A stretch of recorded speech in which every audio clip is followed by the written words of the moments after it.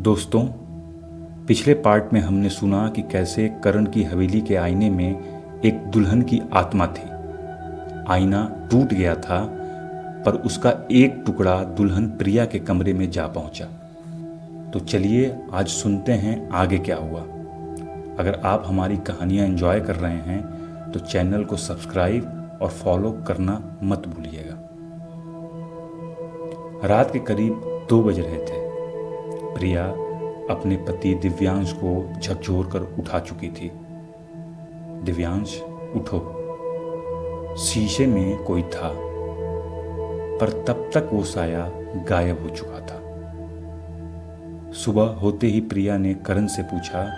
करण भागते हुए बंद कमरे में गया और देखा टूटा आईना जस का तस वहीं पड़ा था। तो फिर दुल्हन के कमरे वाला टुकड़ा कहां से आया? तभी करण को पीछे से हल्की सांस की आवाज सुनाई दी और उसके कानों में वही धीमी रूंधी हुई आवाज गूंजी, मुझे भूल गए करण। करण डर के मारे पलटा, पर कमरा खाली था।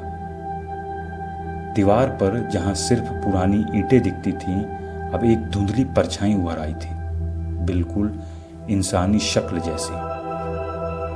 करण समझ गया कि उसने जल्दबाजी में सिर्फ आईना बंद कर दिया था, पर कमला की आत्मा को असल में कभी मुक्ति नहीं मिली थी। उसकी आत्मा शीशे के हर टुकड़े में बंधकर बिखर चुकी थी और अब हर टुकड़ा उसकी अधूरी कहानी दोहरा रहा था। करण दौड़ता हुआ गांव के उसी बुजुर्ग के पास पहुंचा और सारी बात बताई। बुजुर्ग ने गंभीर होकर कहा, बेटा, तुमने आईना तोड़कर गलती कर दी है। शीशा टूटने से आत्मा आजाद नहीं होती, वो बंट जाती है और हर टुकड़े में उतनी ही तड़प के साथ जीती है। अगर सच में उसे शांति देनी है तो सारे टुकड़े इकट्ठा करने होंगे और उन्हें फिर से जोड़कर विधि विधान से उसकी अधूरी रस्म पूरी करनी होगी। करण और दिव्यांश ने मिलकर पूरी हवेली छान मारी। बंद कमरे से बड़ा टुकड़ा निकाला, दुल्हन के कमरे की दीवार से छोटा टुकड़ा निकाला गया और आंगन में जहां मजदूरों ने आईना गिराया था वहां से भी कुछ बिखरे हुए टुकड़े मिले। सारे टुकड़ों को सावधानी से इकट्ठा करके करण ने उसी पुराने कमरे में एक थाली में सजाया। उसने लाल चुनरी बिछाई, सिंदूर और फूलों की माला रखी और दिया जलाकर श्रद्धा से हाथ जोड़े। कमला जी, करण ने कांपती आवाज में कहा, जो अधूरा रह गया था वो आज पूरा हो रहा है। तुम्हारा दूल्हा नहीं आ सका, पर आज ये पूरा गांव तुम्हारे साथ खड़ा है। अब तुम बंधन से मुक्त हो जाओ।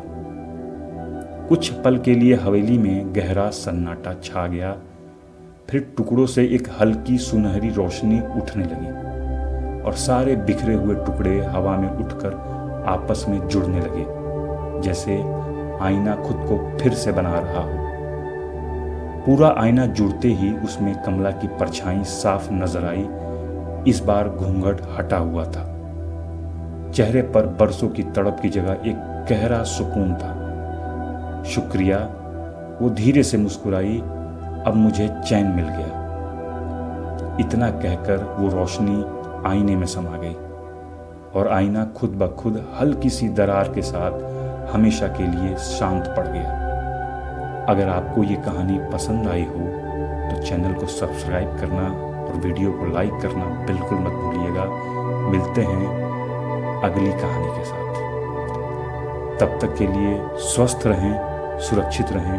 धन्यवाद।